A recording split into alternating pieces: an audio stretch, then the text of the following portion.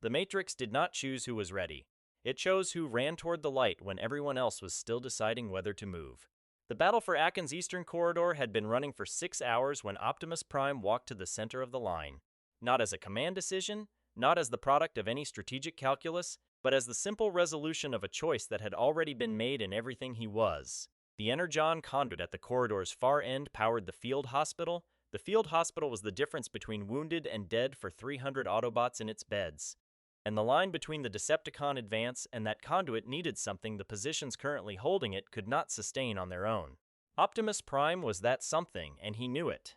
And he did not tell anyone because telling them would have produced a conversation he did not have time for. He had made versions of this choice hundreds of thousands of times across millions of years of war. The math was always the same. Some things cost more to lose than to pay for. Some things are worth putting your body between. This was one of those things, and he walked to the center of the line with a full knowledge of what walking there meant, and he placed himself between the Decepticon advance and the conduit housing, and he did not retreat. Megatron's forces had committed everything. Not a probe, not a feint, not the kind of asymmetric pressure that probed for gaps and widened them gradually. A full assault unit, the kind dispatched when you have decided the position is falling today, when the calculation about what the corridor meant had been run on the Decepticon side and produced the same answer it produced on the Autobot side, and Megatron himself had authorized the final orders. The Decepticon ground forces came with seeker support above and a full armored advance below, and the corridor shook in a way that old corridors shake when the things fighting inside them are very large and very old and very serious about killing each other. Megatron's fusion cannon found Optimus 4 times. The first shot drove him back a step.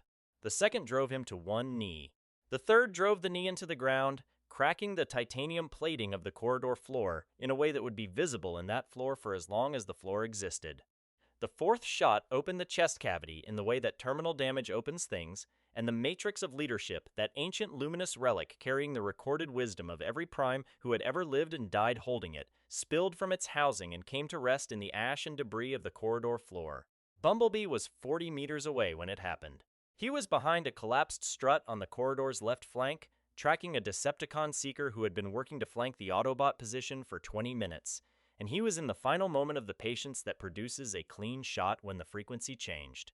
Not a sound exactly, more like a signal that his frame received before his processor had a protocol for it, a vibration that resolved, a fraction of a second later, into something the word understanding barely covers. He turned. He saw Optimus, and then he saw what was no longer Optimus, and he saw the Matrix on the ground with the Decepticon advance still moving and the gap in the Autobot line that the collapse had opened. He ran, not because a protocol triggered, not because he had a plan. He ran because he was a scout, and scouts close the distance to the thing that matters before the situation has time to harden into the wrong shape. And the Matrix was on the ground, and the ground was about to be Decepticon ground, and something in him that was older than his training and older than the war and perhaps older than anything he could name refused to let that possibility complete.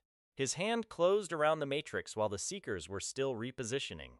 And then the light went through him like nothing in his experience had ever gone through him, everywhere at once, every circuit and every memory and every year of every operation he had survived lighting up and then settling, and then it was done. And Bumblebee was still Bumblebee, and the Matrix was inside him, and the Eastern Corridor went quiet. The Decepticons pulled back. Not in disorder, not as a rout, but as a withdrawal that had the quality of a command decision made from above, a decision that required thinking before the next move. In Starscream's cockpit 3,000 meters above the battle, every instrument was telling him something impossible, and Starscream started laughing. Not because it was funny, but because Starscream recognized opportunity the way other beings recognize danger. And what his instruments were telling him was that the Autobots had lost Optimus Prime and replaced him with a scout.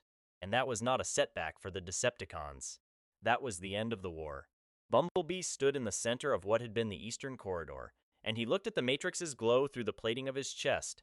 And then he looked at what remained of Optimus Prime, and then he said nothing.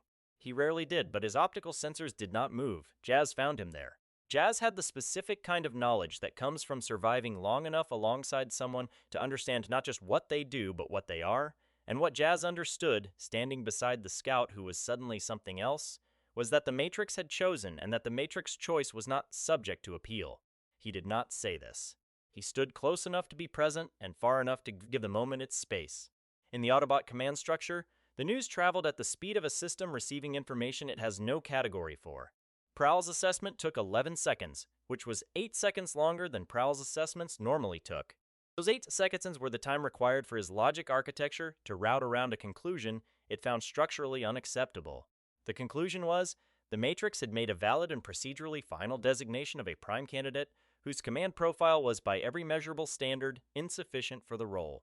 Prowl accepted the conclusion. He then began, quietly and methodically and with complete sincerity of purpose, reviewing every succession protocol he had ever cataloged for a mechanism that would allow the Autobot Council to evaluate what the Matrix had done. He found the mechanisms limited but not non-existent. He began building a document. He told himself this was responsible. He told himself this was what leadership required. Both things were true. Megatron, in his command chamber above Kaon, read Soundwave's analysis of the Matrix transfer and dismissed his staff and sat alone with the information for a very long time. He had built the architecture of his campaign, the deep strategic logic beneath the individual assaults and offensives, around Optimus Prime.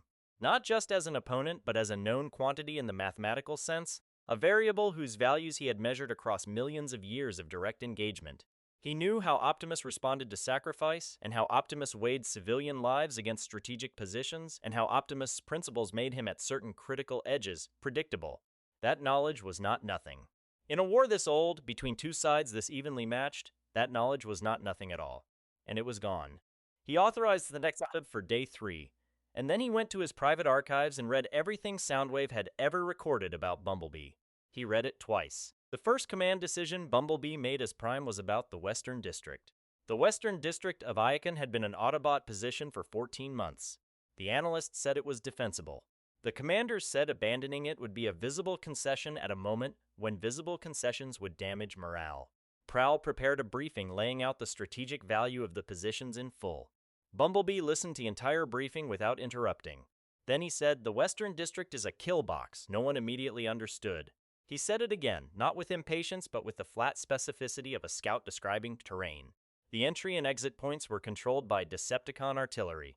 The underground reinforcement routes were too slow for the response time needed if the perimeter was breached from the north. The defensive emplacements faced the expected axis of advance, which meant a force approaching from the northern angle would have 15 minutes of uncontested access before anything in the current configuration could respond. They had been defending the Western District because they were there when the geography hardened, and the geography had become self-justifying. But the position was not defensible in any real sense. It was holdable, which was different. You could hold an untenable position until you were told to abandon it, or until the cost of holding it became the only reason you were still holding it. He was telling them now, evacuate it. Prowl said with respect the strategic value. Bumblebee said, "I heard you, evacuated it was done." 2 days later, the Decepticon offensive struck the Western District and found empty ground, and the kill box became exactly that, with no one in it, which was only useful if you were planning to waste soldiers verifying it was empty. The second decision was about the neutrals. Bumblebee had maintained, over years of scout operations, a network of informal communication channels with non-aligned Cybertronians living in the no-man's land between faction territories, and he had maintained them without authorization because authorizing them would have required registering the neutrals in a system that the neutrals had specifically chosen not to be registered in. He used those channels now to offer something: Autobot protection for the neutral settlements, no registration, no military obligation, no surveillance, freely given in exchange for information and freely refused at any point. 300 neutrals accepted within 12 hours. The Autobot Council's political officers found out and requested an explanation. Bumblebee's explanation was 4 words. They needed it. The third decision was about Jazz. Not a command decision. A personal one, if that distinction meant anything when every decision a Prime made carried the Matrix weight whether they intended it to or not. He went to Jazz on the second night and sat down across from him in the specific silence that old acquaintances share when there is too much to say for words to be the right tool. Eventually he said, "I am not sure I am supposed to be here." Jazz said, "Nobody is supposed to be anywhere. The Matrix does not do supposed to." Bumblebee said, "Optimus made it look like part of him." Jazz said, "Optimus carried it so calcified, he was held up by it by the end. That is not what the Matrix needs right now." They sat for a while. Then Bumblebee went back to work. Starscream's assault came on Day 3, and it was magnificent in exactly the way Starscream's plans were always magnificent, which meant it was technically impeccable, and contained the blind spot that Starscream's plans always contained. Starscream was the finest aerial commander in the war. He understood air engagement with the precision of a being who had spent his entire existence mastering it. What he did not understand, because aerial commanders were not required to understand it, was the ground. He came in from altitude with 12 seekers behind him in a formation that exploited the angle of the light, dropped the first volley on the Autobot defense positions with precision that any dispassionate observer would have called beautiful, and then angled for the second pass as the ground forces he had committed moved into the gaps the volley had opened. The gaps were exactly where Bumblebee had arranged for them to be, not the Autobot positions. The gaps. The ridge that the new Autobot line ran along had a particular feature, too narrow to hold at the crest.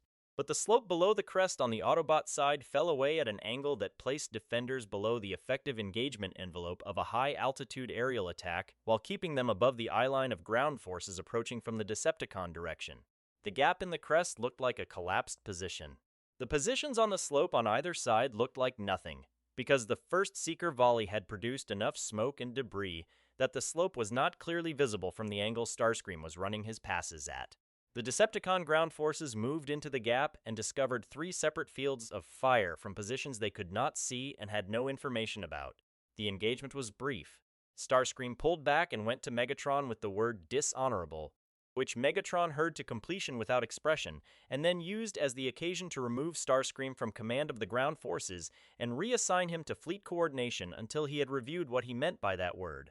Then Megatron sat alone with the full engagement record and read it 3 times, and what he read was the record of a commander who had no institutional attachment to the ground, no pride invested in the form the defense took, only an interest in what the ground actually offered and how to use it. A commander who thought in terms of what was there rather than what the plan required. A commander who had spent millions of years operating in environments where he was outnumbered and outgunned and had developed, as a direct result of that experience, the specific intelligence that grows in the gap between what you have and what you need. Megatron made a decision. He composed a message on a frequency that had not been active since the early years of the war. 3 sentences. The last one said, "I would speak with you before this goes further." Bumblebee showed the message to Jazz, who said, "Do not go."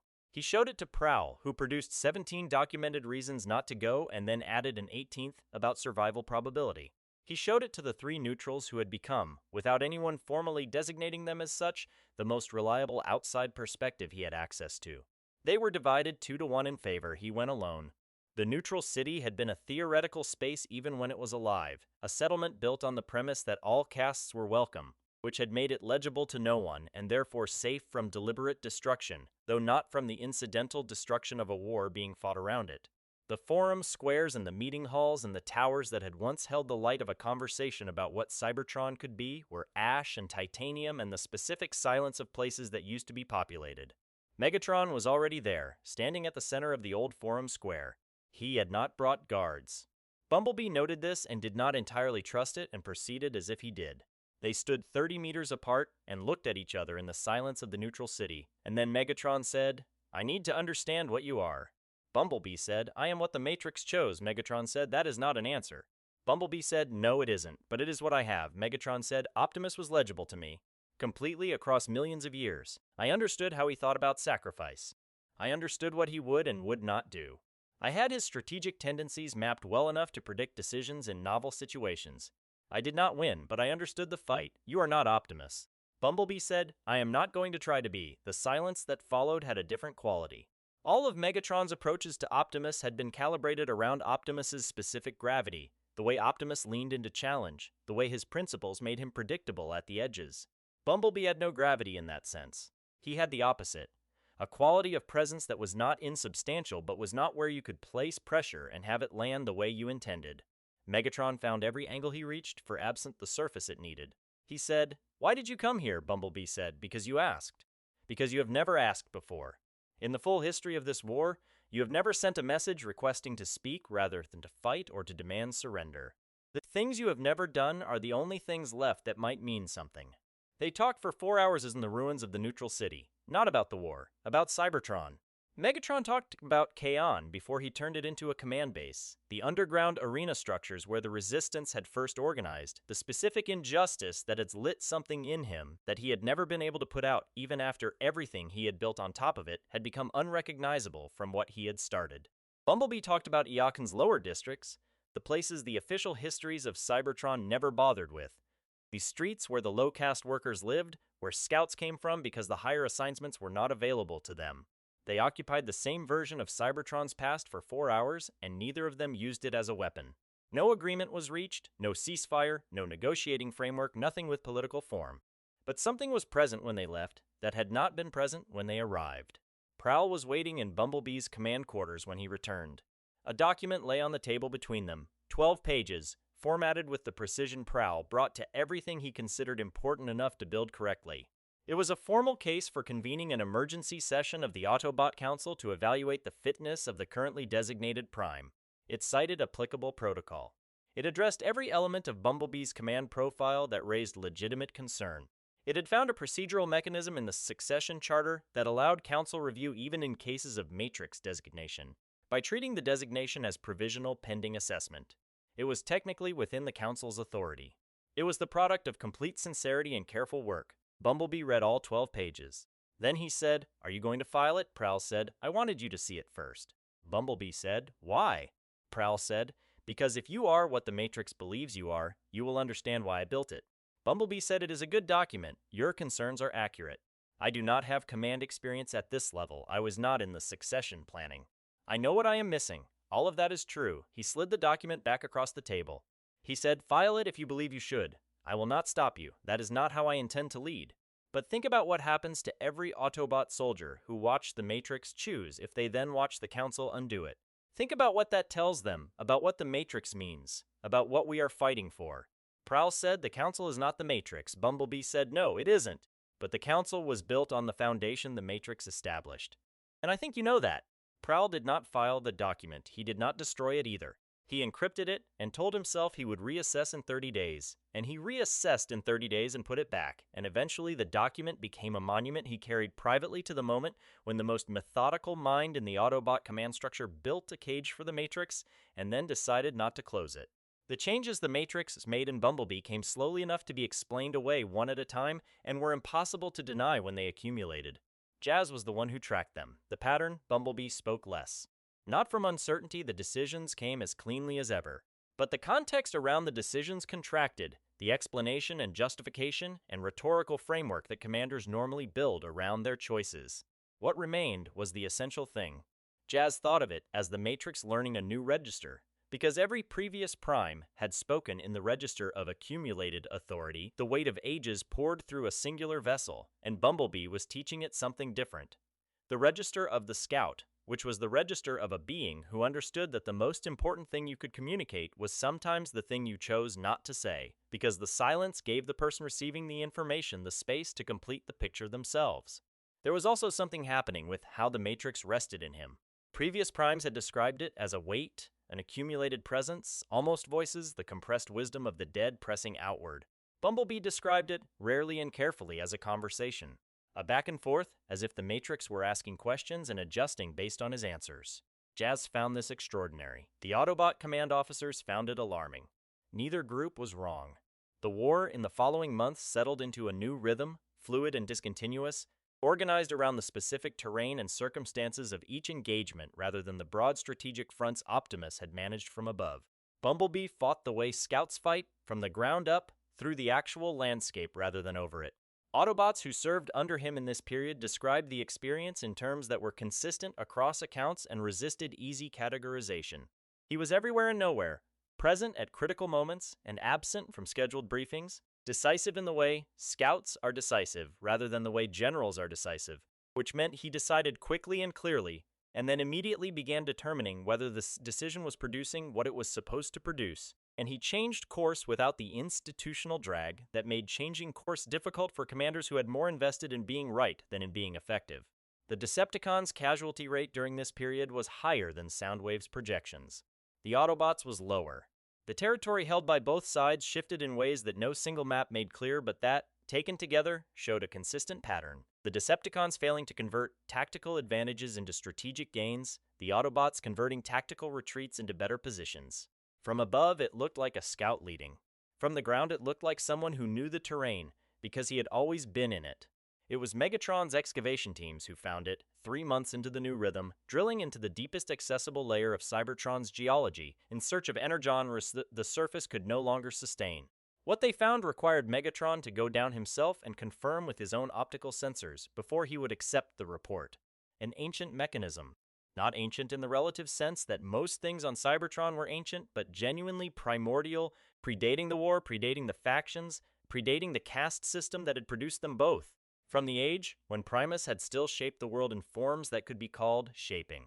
The glyphs covering its surface were in a script so archaic that full translation required 3 days and access to 3 separate pre-war archives, and what the translation revealed was this: a planetary restoration engine designed to address catastrophic damage to Cybertron's core, damage of exactly the kind the war had inflicted, the kind that Soundwave's projections consistently placed at the center of the long-term projection that Cybertron would become uninhabitable. Not a weapon, a key, and it could not be activated by either faction alone. Megatron stood in the stone chamber for 3 hours after his staff left to process the translation. He had started this war because Cybertron was broken. Not just the caste system, though the caste system was the immediate wound, but the civilization built on top of it, the waste of what Cybertronians could be in service of maintaining what they had always been. He had built the Decepticons as the dismantling force, and he had believed in that purpose, and somewhere in the millions of years between the belief and this chamber, the belief had been buried under everything he had done to pursue it. And what remained was not the belief but its shape. The hollow where the belief had been, which he had learned to mistake for the belief itself. But he had never stopped believing that Cybertron was worth surviving for.